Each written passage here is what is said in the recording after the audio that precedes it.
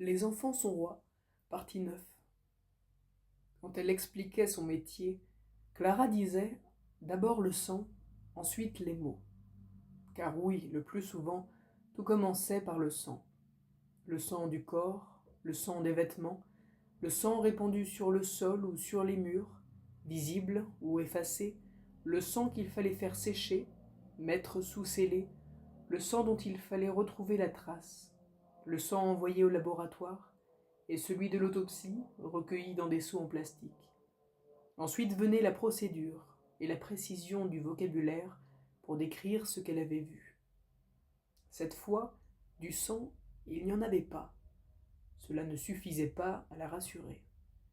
En presque 10 années, Clara avait déjà eu l'occasion de constater que la barbarie se dispensait très bien d'hémoglobine. Lors d'une de ses premières affaires, elle s'était rendue au chevet d'une vieille dame hospitalisée dans un état de déshydratation et de dénutrition avancée, les genoux couverts d'hématomes. Les propos de cette femme, bien que confus et en apparence incohérents, avaient conduit le parquet à ouvrir une enquête.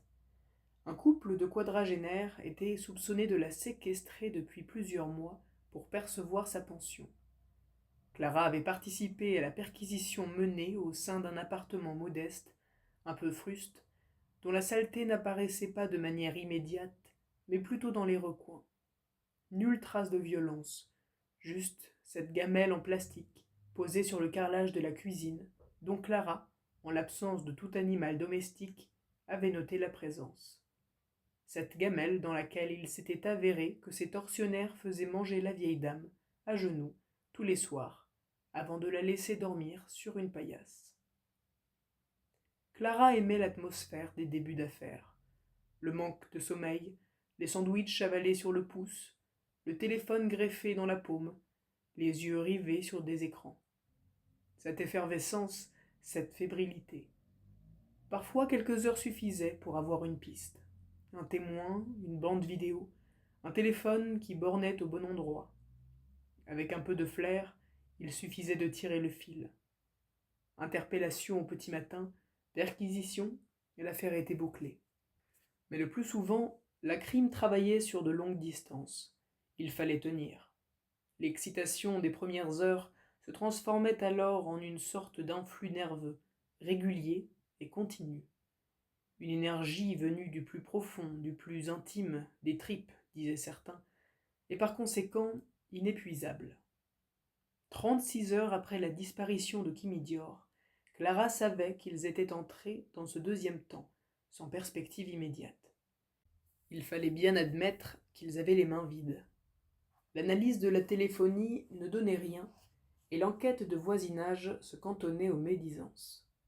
Dans le cadre des dispositions dérogatoires, tous les appartements de la résidence avaient été visités.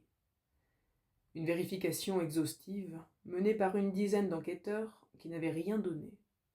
Quant à l'implication de Tom Brindisi, seul ou secondé, elle avait été définitivement écartée. Pour sa mauvaise blague, l'adolescent s'en tirerait sans doute par un rappel à la loi. Les témoignages des autres enfants et de leurs parents avaient corroboré celui de Samy, permettant un minutage précis des faits. À 17h55, une nouvelle partie de cache-cache avait commencé. La petite avait hésité, tourné un peu en rond, puis couru vers le local poubelle. De là, elle avait pu accéder au parking sans être vue. Une fois dans le sous-sol, de gré ou de force, consciente ou inconsciente, elle était vraisemblablement montée dans une voiture. Une voiture rouge peut-être, ou de n'importe quelle couleur. Cet enfant exhibé du matin au soir, cet enfant qu'on pouvait voir en jogging, en short, en robe, en pyjama, déguisé en princesse, en sirène ou en fée, cet enfant dont l'image avait été multipliée sans limite, s'était volatilisé.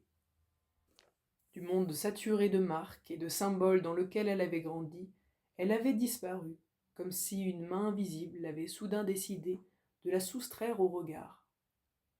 Le soir de la disparition de Kimi Dior, lorsqu'on avait demandé à Mélanie Clot qui pouvait en vouloir à sa famille, elle avait évoqué deux possibilités, le chevalier du net et le père des deux sœurs de Minibus Team, la principale chaîne concurrente de Happy Récré. Les deux avaient reçu une convocation pour une audition dans les locaux du Bastion. Par ailleurs, l'entourage du couple, la famille de Mélanie à La Roche-sur-Yon, celle de Bruno, en proche banlieue parisienne, restait sous étroite surveillance. Les emplois du temps et les relevés téléphoniques faisaient l'objet de vérifications exhaustives. L'affaire du petit Grégory, le fiasco judiciaire des années 80, avait laissé des traces qui n'étaient pas près de s'effacer. Lors de son stage au 36, Clara avait travaillé avec le capitaine G, l'une des plus anciennes figures de la brigade. Après plus de 40 années de police judiciaire, à quelques mois de la retraite, l'homme n'était avare ni de conseils ni d'anecdotes. Il avait connu une époque sans ADN, sans téléphone portable, sans caméra de surveillance. Une époque où l'investigation reposait sur la psychologie, l'intuition, l'expérience. Et il aimait raconter. Les outils étaient moins scientifiques et l'aveu constituait la preuve. Tu sais, pour enquêter, affirmait-il, il faut revenir sur les lieux du crime, inlassablement, là où les faits ont eu lieu, là où ça s'est passé, là où ça a commencé. Revenir encore et toujours à l'endroit du drame. Même après le retrait des scellés, même une fois que tout a été nettoyé, même des années plus tard. Revenir, respirer, regarder. Clara avait retenu la leçon. C'est pourquoi, le soir du 11 novembre, elle prit une voiture de service pour retourner, seule, à Châtenay-Malabry. Au-dessus des petits immeubles de la résidence, la lune éclairait faiblement le ciel. Les banderoles en plastique qui avaient servi à délimiter la zone de recherche pendaient le long des poteaux. La nuit était profonde, quelques lampadaires indiquaient le dessin des allées. L'accès au parking souterrain restait interdit. Au milieu du jardin, les arbres formaient une sorte de petit cercle à l'intérieur duquel les bancs semblaient posés de manière aléatoire, à distance inégale les uns des autres. Clara s'assit sur l'un d'eux. Autour d'elle, des dizaines de fenêtres étaient éclairées. De cet endroit du jardin, partout où les rideaux n'avaient pas encore été tirés, elle pouvait voir l'intérieur des appartements. Partout, les mêmes foyers modernes et fonctionnels, cuisines équipées, canapés 2 ou 3 places, postes de télévision à écran plat. La disposition des bâtiments lui rappelait la résidence de son enfance. Pas loin d'ici, dans une autre banlieue, elle avait vécu dans un endroit presque semblable. Plus populaire, certes, mais qui semblait, lui aussi, à l'abri du monde. Au détour d'une image, d'une odeur, d'un mot, Clara pensait souvent à ses parents, à l'un ou à l'autre, ou plutôt aux deux à la fois. Comme si leur mort consécutive, survenue dans un temps si bref, les avait réunis pour toujours. Il lui manquait. Elle aurait aimé leur parler d'elle, de son métier. Elle aurait aimé qu'ils connaissent la femme qu'elle était devenue. Flic, oui, mais une flic qui aurait mérité leur attention et peut-être même leur considération. À son âge, sans doute était-ce inhabituel, voire inquiétant, de penser aussi souvent à ses parents. C'était un vide, une absence, un regret qu'elle n'était pas sûre de vouloir combler. Leur conversation s'était interrompue avant de se tarir. Et n'étant pas devenue mère elle-même, peut-être était-elle restée fille avant tout. Assise sur ce banc, comme elle le faisait certains soirs lorsqu'elle était enfant, elle passa un moment à observer les gens. Une femme immobile devant ses fourneaux, un homme en conversation avec un adolescent, un jeune garçon en train de se brosser les dents. Puis elle ferma les yeux pour écouter les bruits alentour. Au loin, le son d'une radio, et plus près d'elle, le glissement continu des feuilles mortes au ras du sol. Qu'est-ce que ça voulait dire à avoir 6 ans? À 6 ans, elle pouvait rester ainsi, assise dans le jardin de sa résidence, à regarder la vie des gens. Elle n'imaginait rien, s'interdisait d'inventer. Elle se contentait de repérer les habitudes, les horaires, les absences prolongées. Elle cherchait à deviner les liens, les sentiments. Quand elle remontait chez elle, les pieds gelés et le bout du nez rouge, sa mère ouvrait les bras et l'attirait contre ses hanches, puis dans un souffle, Elle murmurait « Ma petite commère ». À 6 ans, Clara était entrée en CP dans la classe de Madame Vedel. À 6 ans, elle avait perdu son papy Eddy, mort d'un cancer du poumon. À 6 ans, elle avait appris par cœur Le Cancre, une poésie de Jacques Prévert. À 6 ans, elle s'était penchée par-dessus la rambarde du balcon pour attraper un élastique à cheveux accroché de l'autre côté du treillis. Et elle était tombée. Du 2e étage, elle avait atterri sur la pelouse, heureusement freinée dans sa chute par les branches d'un arbre. La baby-sitter s'était évanouie, les pompiers avaient été appelés par un voisin. À l'hôpital Antoine Béclair, où elle était restée en observation, Clara avait dormi pendant 24 heures. La peur, avaient dit les médecins. Elle était indemne. Des années plus tard, quand il avait fallu constater son retard de croissance, parmi les facteurs envisagés, la chute avait été privilégiée. À 6 ans, Clara avait cessé de grandir. Les surnoms ne s'étaient pas fait attendre. Miette, Micronimbus, Microbe. Pourtant, quelque chose chez elle, une gravité ou une apparente tranquillité, décourageait la moquerie. À l'entrée au collège, sa croissance était repartie. Cependant, le retard n'avait jamais été comblé. Perdue dans ses souvenirs, Clara se tenait ainsi depuis plusieurs minutes, le dos droit, les mains posées à plat sur le bois de l'assise, lorsque Bruno Dior s'approcha d'elle. « Je peux vous aider ?» Elle n'eut aucun mouvement de surprise ni de recul. Elle se contenta de lui sourire. Dans la bouche de cet homme dont l'enfant avait disparu, la question paraissait saugrenue. Passé le premier instant de trouble, elle tenta d'expliquer sa présence. « Je suis venue vérifier 2 ou 3 choses. » Bruno regarda autour de lui, comme s'il s'attendait à ce qu'un détail resté inaperçu se révèle soudain, puis ses yeux fatigués se posèrent de nouveau sur elle. « Vous avez l'air frigorifié. Vous voulez monter quelques minutes pour vous réchauffer ?» Clara hésita une seconde. Le soir de la disparition de Kimi, afin d'orchestrer le travail des équipes de l'identité judiciaire sur la scène de crime, elle était restée à l'extérieur et n'avait pas vu l'appartement. L'occasion ne se représenterait pas. « C'est gentil, » dit-elle en se levant. Bruno Dior écrasa son mégot sur le sol, le ramassa, puis d'un geste maladroit, lui fit signe de le suivre. Samy était installé sur le canapé du salon, le visage penché sur sa tablette. Lorsque la porte se referma derrière eux, l'enfant releva la tête, bondit sur ses pieds et courut vers son père. Dans son pyjama en éponge à l'effigie de Super Mario, il ressemblait à n'importe quel petit garçon de 8 ans, vif et curieux. Comme il dévisageait Clara, elle se présenta. « Bonjour Samy, je m'appelle Clara, je travaille avec les autres policiers sur la disparition de ta petite sœur. » Il afficha ce sourire mécanique qu'il arborait sur les vidéos, mais lorsqu'il s'approcha, elle découvrit sur son visage l'empreinte de l'anxiété. Ses yeux étaient cernés de mauve, et sa peau était si fine qu'on devinait le dessin de ses veines. Elle remarqua la longueur de ses cils. Engourdi par les heures d'attente, l'appartement semblait plongé dans une torpeur épaisse, surchauffée. Samy se tenait debout face à elle, son regard allant de son père à Clara, puis de Clara à son père, dans l'espoir d'une information ou d'une révélation. Elle arrivait du dehors, elle venait du bastion. Peut-être avait-elle des nouvelles à leur annoncer. Mélanie s'approcha de son fils et, dans un geste de réconfort ou de protection, le prit par les épaules. Clara jeta un rapide coup d'œil autour d'elle, à la recherche de son collègue de la BRI.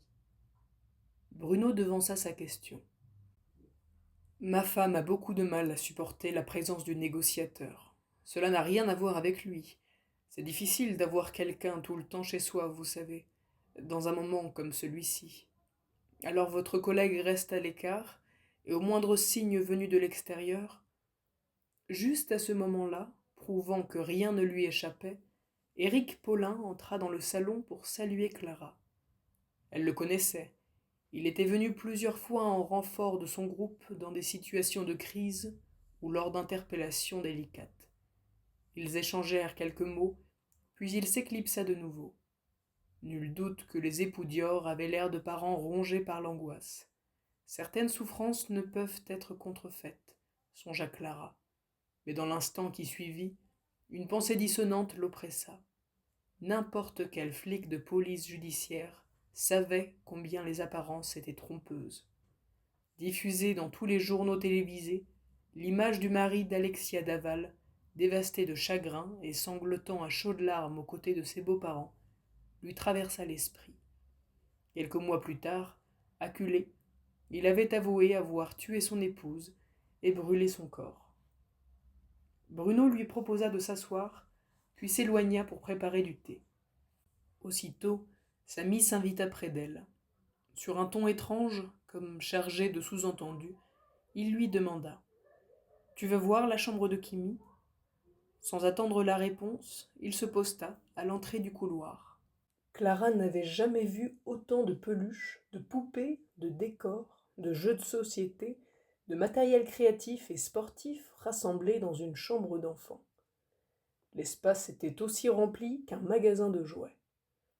Samy se tenait au milieu de la pièce, tel un jeune agent immobilier, suivant son regard, guettant ses réactions, prêt à fournir les explications nécessaires.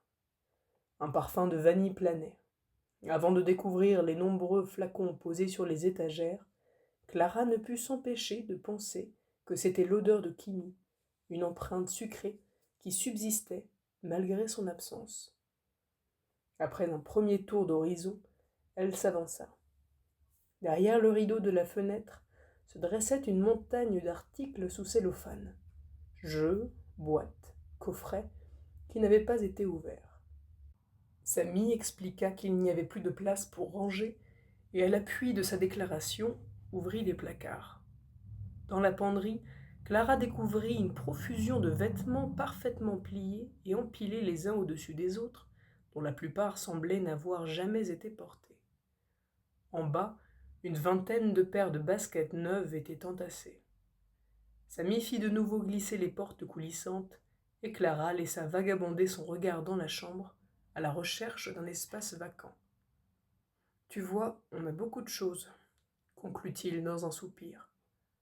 Sur le bureau de Kimi, plusieurs boîtes de feutres, de crayons de couleur et au moins 3 mallettes de peinture étaient superposées.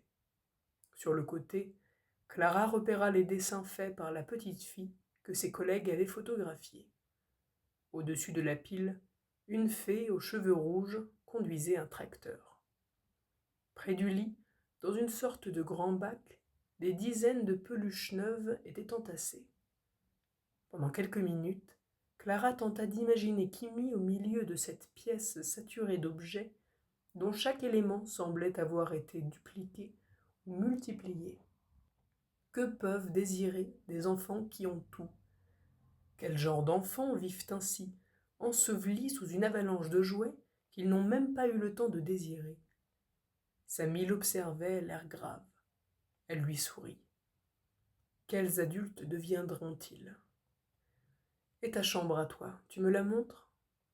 Il acquiesça, apparemment ravi qu'elle s'intéresse à lui, puis l'entraîna dans la pièce contiguë où Clara découvrit une profusion semblable et tout aussi ordonnée. Autant la chambre de Kimi cumulait les stéréotypes de la chambre de fille, couleur rose, abondance de poupées et bijoux flacons, autant celle de Samy concentrait leurs équivalents masculins. Couleur sombre, camions, motos, super-héros en plastique et autres soldats. Tandis que l'enfant s'asseyait sur son lit, Clara entama la conversation. « Tu ne vas pas à l'école, alors, en ce moment ?»« Ben non, c'est les vacances de la Toussaint. D'habitude, on va dans des parcs de loisirs, à Disneyland et tout, mais cette fois on peut pas, parce que Kimi n'est pas là. » Sa voix s'était mise à trembler. Il était au bord des larmes. Puis très vite, avec cet air de bon élève qu'il arborait souvent, il se ressaisit. « Tu veux que je te montre mes dessins ?»« Oui, volontiers. » Samy se dirigea vers le bureau, ouvrit le tiroir et en sortit plusieurs feuilles de format A4. Tu aimes bien dessiner ? Non, je préfère les jeux vidéo. Hier, j'ai dessiné parce que les policiers ont pris ma tablette pour vérifier des choses, alors je m'ennuyais. Après, ils me l'ont rendue. Je sais pas tellement quoi faire sans Kimi. Il lui tendit les dessins, puis resta près d'elle, de telle sorte qu'elle pouvait percevoir son souffle, attentif et régulier. Sur la première feuille, Samy avait représenté un personnage de manga. Sur la deuxième, une moto et une voiture de course. Le dernier dessin représentait une famille, le père, la mère et 2 petits-enfants, assises dans un restaurant ou une brasserie. Et en juger par les tasses et les gâteaux représentés, les 4 étaient en train de goûter. Sous leur table, frôlant leurs jambes sans les toucher, une sorte de grand adolescent, les cheveux mi-longs retenus en queue de cheval, était recroquevillé. Clara observa Samy. Elle n'avait pas la moindre idée de la manière dont il fallait questionner un enfant de cet âge, mais elle ne pouvait pas rater cette occasion. Elle désigna le personnage sous la table. « C'est un garçon, n'est-ce pas ?» Samy sourit, l'air satisfait. « Ils ne l'ont pas invité à manger ?» Il réfléchit un instant, comme s'il s'interrogeait lui-même. Puis il bondit hors de la pièce et fila le long du couloir pour rejoindre ses parents. Tout aussi rapide, Clara sortit son portable de sa poche et prit une photo du dessin. Dans le salon pareillement encombré d'objets, alors qu'elle buvait à petites gorgées la tasse de thé qu'il venait de lui servir, Clara écouta Bruno Dior lui expliquer les relations de la chaîne à Pierre-Écré avec les annonceurs. Dès que celle-ci avait dépassé les 10 000 abonnés, les cadeaux avaient commencé d'arriver. À présent qu'ils avaient atteint les 5 millions, ils recevaient chaque semaine des dizaines de colis. Dans l'espoir d'une publicité, des marques de jouets, de vêtements, d'alimentation, un peu de tout, résuma-t-il, le geste de sa main désignant l'ensemble de l'appartement, leur envoyaient leurs produits phares ou leurs nouveautés. Face à cette avalanche, ils ne pouvaient pas tout garder. C'était impossible. Parmi tout ce qu'ils recevaient pour Kim et Sam, mais aussi pour Mélanie et pour la maison, il fallait bien faire un tri. 2 ou 3 fois par an, ils vidangeaient. Kim et Sam choisissaient eux-mêmes les jouets qu'ils souhaitaient conserver, et pour le reste, remplissaient d'énormes cartons destinés aux enfants malades ou démunis. Le tri lui-même était filmé par Mélanie pour une nouvelle vidéo diffusée sur la chaîne afin de sensibiliser les abonnés à l'action de ces associations. Malheureusement, en comparaison des vidéos d'achat ou de déballage de cadeaux, les vidéos de dons n'intéressaient pas beaucoup les abonnés. À côté de son mari, Mélanie acquiesçait en silence. En écoutant Bruno Dior, Clara pensa à Doudou Sale. À l'heure qu'il était, avec quelques éléments ramassés la veille, le petit chameau en tissu faisait l'objet d'une recherche d'un ADN de contact qui constituait un espoir précieux. Elle se tourna vers Mélanie. « Et Doudou Sale, d'où lui vient ce nom ?» Une expression fugace, de douceur et de tristesse mêlée, passa sur le visage de la jeune femme. C'est Kimi qui l'a appelé comme ça. C'est son jouet préféré, celui qu'elle ne veut pas quitter. C'est une amie de la résidence qui le lui avait offert quand elle était toute petite. Une amie qui est partie. Pourtant, des doudous, elle en a plein, vous avez vu. Au début, il s'appelait Chami Chameau. Elle ne voulait jamais le laver, et je lui disais tout le temps « Il est sale, il sent mauvais, il faut le laver ». Alors elle l'a appelé Doudou Sale. La voix de Mélanie s'était brisée. À son âge, les peluches, elle s'en fiche un peu. Mais celui-là, elle continue de dormir avec, elle l'emmène partout. Les rares fois où j'ai réussi à le mettre à la machine, elle a piqué une de ses crises. Alors vous imaginez, savoir qu'elle l'a perdu, qu'elle n'a même pas ça avec elle, ça me... Mélanie s'interrompit quelques secondes, le temps de contrer le sanglot. Clara ne la connaissait pas assez pour s'autoriser un geste de réconfort, et les mots qui lui venaient lui semblaient d'une indécente banalité. Dans un effort manifeste pour contrôler sa voix, Mélanie s'adressa de nouveau à elle. « Vous avez des enfants ?»« Non. » Clara lui sourit. Elle avait appris à répondre à cette question d'un seul mot, sans s'expliquer ni se justifier. Si elle y ajoutait une certaine fermeté de ton, la plupart des gens n'osaient pas aller plus loin. Mélanie parut impressionnée, mais relança. Vous n'allez pas le regretter? De la part de quelqu'un d'autre, Clara aurait peut-être mal réagi. Mélanie semblait partir du principe que c'était un choix et non un empêchement, comme s'il suffisait de voir Clara pour le comprendre. Non, répondit Clara, je ne crois pas. Mélanie se perdit quelques instants dans ses pensées, un Kleenex roulé en boule entre les doigts. Moi, je ne regrette rien, vous savez. J'aime mes enfants plus que tout, mais parfois il m'arrive de me dire que plus rien d'autre ne pourra m'arriver. Je ne sais pas pourquoi cela me rend triste, quand je suis fatiguée. Ma chérie, qu'est-ce que tu racontes? Intervint Bruno en s'approchant d'elle. Tu veux une tasse de thé? Mélanie ne répondit pas et continua de s'adresser à Clara. Est-ce que cela vous arrive, à vous aussi, ce sentiment que le meilleur est derrière vous et que le reste ne vaut pas la peine? Bruno observait sa femme, à la fois ému et sidéré. Ne dis pas des choses pareilles, mon amour, tu es épuisée. Mélanie regardait maintenant son mari. Elle était comme ivre. Mais toi, tu ne vois pas le mal, chérie. Tu ne vois jamais rien, ni le calcul, ni le mensonge. Elle se tourna une nouvelle fois vers Clara. Vous vous souvenez de Loana? Après une seconde d'hésitation, Clara acquiesça. Elle s'en est sortie, finalement. Elle a fait plusieurs tentatives de suicide, des graves dépressions. Pourtant, elle est restée en vie. Alors on peut dire qu'elle s'en est sortie, n'est-ce pas? Elle a eu beaucoup de courage, vous savez. Bruno intervint de nouveau. De quoi tu parles, ma chérie? Tu devrais te reposer un peu dans la chambre. Elle avait l'air si confiante. Vous vous souvenez? Elle était si belle, si parfaite.